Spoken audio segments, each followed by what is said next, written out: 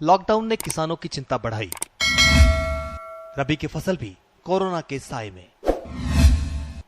फसलों की कटाई होगी प्रभावित। उपज के भंडारण को लेकर चिंता। कोरोना वायरस की रोकथाम के लिए देश में 21 दिन के लिए लॉकडाउन ने किसानों की चिंता बढ़ा दी है। खेतों में खड़ी फसल को लेकर किसान खासे चिंतित है। अगर समय से कटाई और भंडारण नहीं हुआ तो परेशानी और बढ़ेगी। सरकार से मांग की जा रही है कि इन हालात से किसानों के लिए खास रियायत दी जाए। आमतौर पर गेहूं, चना, सरसों सहित अन्य रबी फसलों की कटाई का समय मार्च और अप्रैल के समय होता है।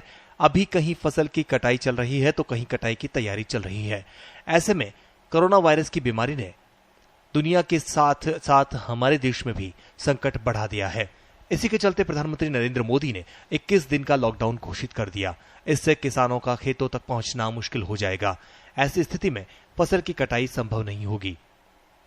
राष्ट्रीय किसान मजदूर महासंघ के राष्ट्रीय अध्यक्ष शिव कुमार कक्का जी और युवा इकाई के राष्ट्रीय अध्यक्ष अभिमन्यु कोहाड़ा ने किसानों की समस्याओं को लेकर प्रधानमंत्री नरेंद्र मोदी को पत्र लिखा है। पत्र में उन्होंने लॉकडाउन के निर्णय का समर्थन किया है। साथ ही उन्होंने कहा है कि महासंघ और देश के अन्य करोड़ों किसान कोरोना वायरस के खिलाफ इस लड़ाई में केंद्र और राज्य सरकारों के साथ कंधे से कंधा मिलाकर खड़े हैं। प्रधानमंत्री को लिखे गए पत्र में किसानों की फसल कटाई को लेकर आने वाली समस्या की तरफ इशारा किया गया है। इसमें उन्होंने लिखा है कि आने वाले दिनों में रबी की फसलों की कटाई का समय है और कुछ राज्यों में तो किसान फसलें काट भी चुके हैं। कुछ राज्यों में अभी इसकी तैयारी चल रही है। आगामी दिनों तक ये सिलसिला जारी रहेगा। जहां तक फसल कटाई हो चुकी है वहां किसानों की सारी मेहनत और लागत इस समय खेतों में खुली पड़ी है।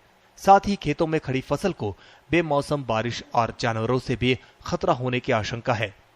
प्रधानमंत्री को लिखे पत्र में कहा गया है कि देश की सारी अर्थव्यवस्था ही कृषि पर आधारित है।